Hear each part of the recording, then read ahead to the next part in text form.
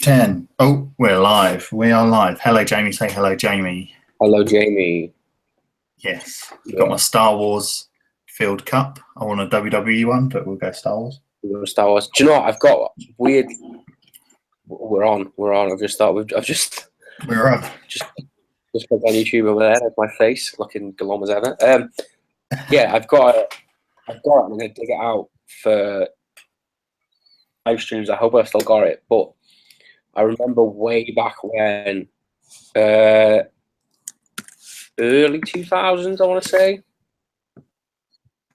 Actually, I've got two things. One of them is a cup, but sorry, I'm doing that thing again where I'm trying to type and talk, but it's not working. Let me just do this quick. What we're doing are extreme. Can't spell extreme. So yeah, we are. I'll take over. We are talking about WWE Extreme Rules 2017. It's another week, another pay-per-view from the WWE. And we're going to do this real quick video this time. Normally we spend ages delving into every little aspect of every match, but because we are both on tight schedules right now, we are going to do a quick predictions. Yeah. You're back. Sorry, I lost you for a second. Oh. So we're going to do quick predictions of all the matches. There's not many matches to get through, so we'll rattle through them. If you're in the chat or anything and kind of want to tell us what you think is going to happen on Sunday night, then jump in the chat and we'll digress a bit onto that. I think, Jamie, it's always your face that comes up on the live streams as a thumbnail. They know that I am the money man. It's YouTube favoritism a little bit, I think. It is. They know, don't they? They know where all of the money, the sex appeal. Yeah. They just know where it's all coming from. Right. I haven't got the chat up, so I don't know if anyone's in the chat. No, they're not. Don't worry. Excellent. As always. Okay, so first up, we've got the mixed tag team match: Rich Swann and Sasha Banks versus Noam Dar and Alicia Fox. I know Sasha Banks is your interest. Is that the right word? She's my bae. Yeah. So I don't know if you want to go for this. I think it's. I think from my understanding is, I know we've both kind of been out of the loop a little bit with watching full Raw shows and that, but I think my understanding is obviously Alicia Fox had that bit with Rich Swann where they were in a possible relationship and then they broke up, and then there was Cedric Alexander as well involved with Alicia Fox. He gets about a bit. And then obviously Noam Dar's back with Alicia Fox, and Rich Swann has now teamed up with Sasha Banks to take them on. They had a sort of mini feud going, I think, because there was something to do with like Alicia Fox I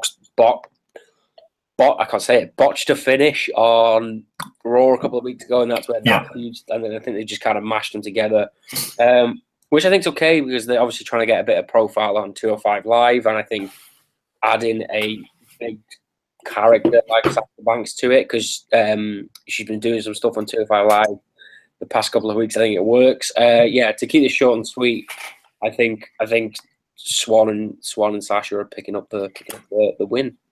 Yeah, completely agree. I think Sasha Banks is essentially like the big name within this match, and I can't see her losing. So yeah, I'm just going to go for Rich Swann and Sasha Banks, and just in general, I think it'll be a decent match, nothing awe-inspiring, but it'll do the job.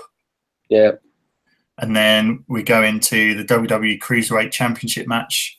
Neville versus Austin Aries again, which has been made a submission match. I really liked this feud when it first started. I think it's waning a little bit now for me. Obviously, this is a new little twist on it with the submission match. So I'm hoping they have a proper like wrestling match. Yeah.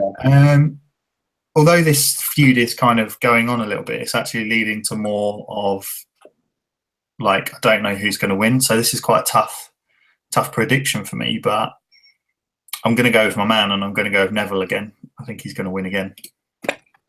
Yeah, I agree. I kind of feel the same as you. I feel like they've kind of lost a bit of steam with this because they've been introducing Jack Gallagher and TJP to it, trying to keep it fresh, but I think overall it's kind of starting to dip off. And that being said, I think Aries should be the next champion. but I want him to hold off on that for a little while. So I think Neville's going to retain here, and he's going to have a new challenger for a couple of months, and then hopefully Aries wins it at like Survivor Series. Yeah. Like build up like a real big redemption sort of program with those two over the next 4 or 5 months or wherever it is. So yeah, I'm going to go with Neville as well. Really boringly. Yeah, I think it's a feud that they've built up over quite a while now, and I don't think they need to rush into anything to change it really. Yeah. And then moving on to again the Raw Tag Team Championship match, which is the Hardy Boys versus Cesaro and Sheamus. Again, like the WWE Cruiserweight Championship, I feel like this feud's gone on forever now. And it's only been 2 months. Yeah, I know. It feels, that's the thing. It's quite short, but it feels like it's gone on for a while. This is a steel cage match as well. But I think with the Hardy Boys so over at the moment, I'm going to go for a Hardy Boys win unless something happens, some shenanigans, as you like to say it, and the Hardy Boys split up for whatever reason. But I think with their merch sales at the moment, their face, everyone's loving them. I see it continuing. I think it's going to be very backstage as to why the Hardys do split, but I don't think they're going to split them yet. I think keep them together for a while, maybe split them at SummerSlam if you're going to, or the night after SummerSlam. So then they've had the big return at WrestleMania, then you've got the split. Correct me if I'm wrong on this, and this would be the perfect opportunity. I read that they were going to try and do 2 of these superstar shakeups a year. Okay, I've not seen that. I've been out of the loop a bit, so that's what I read. Again, this may be rumors, don't take it as gospel, but I believe the plan is to do one after SummerSlam, after WrestleMania and SummerSlam, which I know is a really short. That's a short period. You'd think they'd do it after Survivor Series, wouldn't you? This is what I was thinking, so maybe I'm wrong with this. But again, if they do it at one of those pay-per-views, you can obviously send the other one to the corresponding brand after like straight after that, so you can have them lose the titles and then split them up, and you've got like a natural story there, if that makes sense. But I don't think they're going to lose. As much as I really like Sheamus and Cesaro, I think the Hardys are going to retain, even though it seems like a really weird stipulation that they chose in choosing the steel cage match and not a ladder match, which they are famously known for. But I think the Hardys are going to retain. Cool. And then we go to the Raw Women's Championship match: Alexa Bliss versus Bayley. Kendo stick on a pole match. Good old kendo stick. Right? I just want to ask you if you know this more than me. So does this mean that the first woman to get the kendo stick off the pole wins, or like the kendo stick is just there on a pole and they can pull it off and use it whenever? Yeah, I think the latter. Let's see.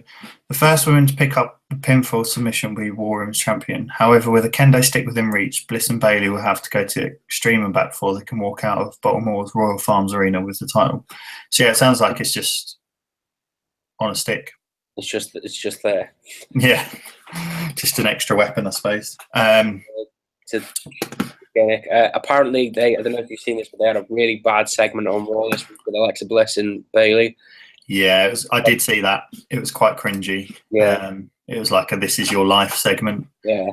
And the crowd didn't respond to it, I don't think, and it just seemed a bit, cringy more than anything.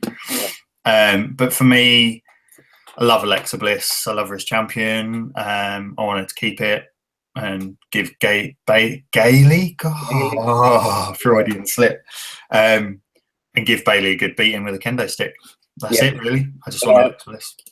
Yeah, I agree. I think, like I said to you, after WrestleMania, I think I said it, whoever wins to win the Raw Women's, whoever won the title at WrestleMania should hold it for a really long time. Obviously, they kind of changed that all by having Alexa Bliss win it. When did Alexa Bliss win? Payback? the first pay-per-view, didn't she? Yeah. 'Cause she came over in the shake-up. So she won a payback, and I think that's great. But I think they have to go with Alexa now. They have to have her hold the title for a long time. We've got a new viewer, by the way. Hello, new viewer. Hello, new viewer. Let us know who you are. Let's say hi. But yeah, I'd say Alexa wins, and I think she should hold it to at least SummerSlam, if not even further down the line. Yeah, I think give it to her as long as possible, really. I think what they're going to do is they're going to have Alexa Bliss keep doing a beatdown on Bayley, and then have the classic WWE Bayley overcome the odds and win the title back. I think that's the way it's going to go from my point of view. Next up, we have the Intercontinental Championship match, Dean Ambrose versus The Miz. If Ambrose is disqualified, he will lose the Intercontinental title. We've definitely not seen that before. Yeah. Again, short and sweet for me. I love The Miz. Would love to see The Miz win. I think he would be an asset to Raw as Intercontinental Champion. He can, he's shown that he can hold that belt and have good esteem with it. I'm pretty sure you're going to go for the same as this, because I know your interest in Dean Ambrose is not the same kind of interest as in Sasha Banks. Wow. Yeah, and I really want that stipulation to come into play with this. I want Maurice to get Ambrose disqualified, and it really screw him over. So you get that really big response for the Miz of hatred because he screwed over Dean Ambrose for the title, like he did in their match. Where he kicked him in the dick and he got himself disqualified. You really get to him and they make him break, which would be a good bit of character development for Ambrose because he really, really needs it. He's so stale; it's unbelievable. He needs a change. I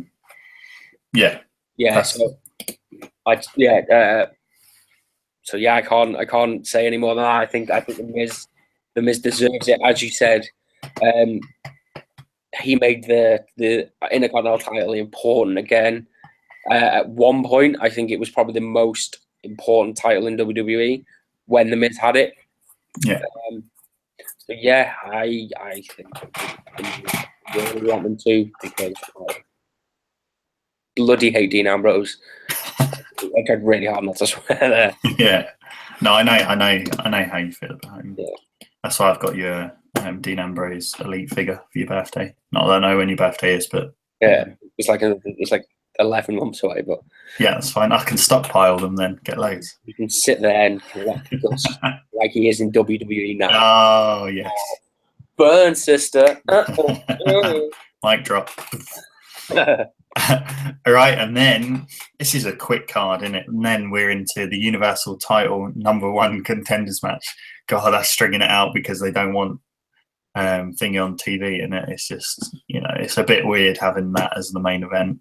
I think you need your title on pay-per-views, don't you? At the end of the day. Yeah, I agree with you, but I think this works in this sense. Do you know what I mean? Having because it makes the championship feel a little bit bigger that they're having a match to determine it on pay-per-view. I get the fact that Brock just doesn't want to turn up, but I think it works, and it does add value to a belt because I'm really interested in this match. I don't know which way they're going to go, and I think all 5 guys can win. And they can win logically as well. I know they had to change plans because of Braun, but I feel like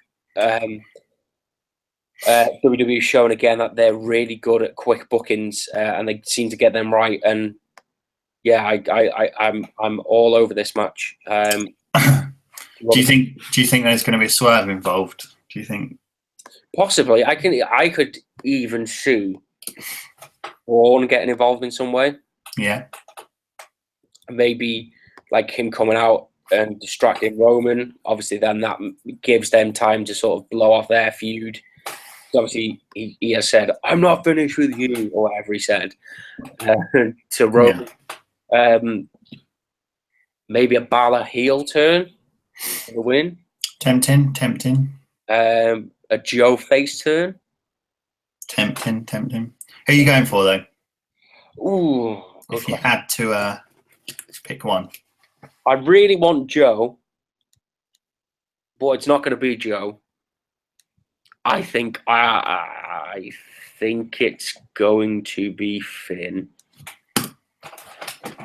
I think it's going to be Finn. You stole my thunder. Yeah, I think it's going to be Finn as well. I think there's two options for it, and this is my complete lack of faith in anything WWE does. That it's going to be either Finn Balor or Roman Reigns. Yeah, I was going to go Roman, but I don't think, because obviously there's all these rumors that they're going to do it at WrestleMania next year. But I just don't think they're going to give it away that early. Okay. However, it would be really good if they started building this feud from there, because then you've got like a 10-month build, 11-month build. That's a long time, which would be great, but I don't think they're going to do that. I think they've got to tie up the Braun Roman feud first before he moves on.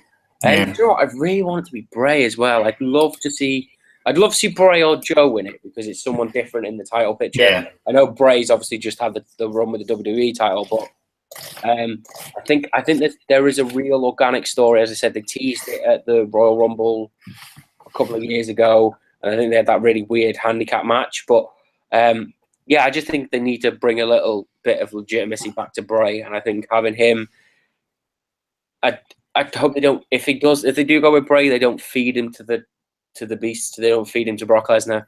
Yeah, but I think from my point of view, as I say, I think it's going to be Finn or Roman. But then I think the slight swerve may be Bray Wyatt, in the sense he's really not, since he's come to Raw, he's really not had a feud with anyone.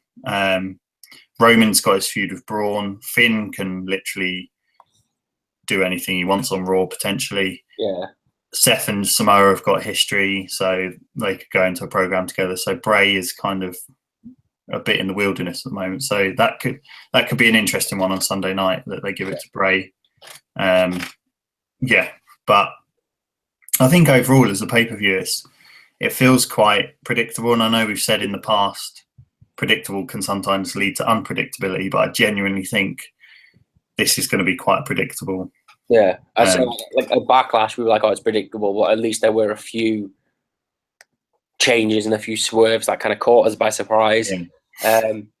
But yeah, I say for how quickly we've just ran through this card, I think you've hit the nail on the head there. I think it's a pretty predictable card. Yeah. I would like to see some swerves. I definitely want to see a couple of titles change hands, but I don't think we're going to get there. But as I said, I do not to repeat myself, but I think the saving grace for this pay-per-view is the Fatal 5-Way, because it is so unpredictable. Yeah. Which is great, because I really want to see what direction they're going to go in. And obviously it is a Fatal 5-Way, and it's an Extreme Rules match, which we haven't mentioned. So hopefully there's going to be a lot of tasty stuff happening and some good spots. Yeah, there's a flying round and dives and all that shite. But yeah. I think the Extreme Rules angle on all of the matches just elevates them all a little bit. Is how they use that within the whole context of Extreme Rules overall. But I shall be away in the Canary Islands on Sunday, but I'm still going to try and tune in and watch it on WWE Network. And then part-timer. Well, I'm thinking I'm away next week, but maybe we could do an international version of our pay-per-view reviews. It's a bit tasty, isn't it? We're going international. Yeah. I want you on a balcony. Yeah, definitely. In my swimming cosy. But yeah, I feel like you're a man that owns a pair of jorts and you've not worn them for a while, so I think now you need to crack out the jorts. I'll crack out the jorts just for you, Jamie. Get the jorts on, get your John Cena merch on, and you can go on holiday with John Cena. Yes, and some flip-flops. Classic British flip-flops. Classic. Sorry. Proceed. No, I was just going to say, I think we've naturally hit, this has run its course, this video, pretty nice. Yeah. We didn't waffle too much, which is nice. It's a very predictable card. Not unless you had another point you wanted to bring up quickly, but No, I was just going to say, just thank you for everyone that's subscribed recently. Appreciate it. Thank you for all the new views on our videos. Thanks, India. Thank you, India. Yeah, but again, we just hit 50 subscribers. Boom. Yes. Celebration. We've done it live. We just hit 50. And to all those people that doubt Jinder Mahal, we've got a lot to thank him for, because we got a load of views on our Backlash prediction because we had Jinder Mahal in the thumbnail. So long may he reign, the modern day Maharaja. He can have as many Punjabi prison matches as he wants. I'm hoping, for the sake of our channel, that he reigns supreme for at least another year, possibly 2. I'd be happy with 5. 5's fine. 5 is fine. You can make a video every day about Jinder Mahal. Yeah, don't hinder Jinder, basically. Don't hinder Jinder.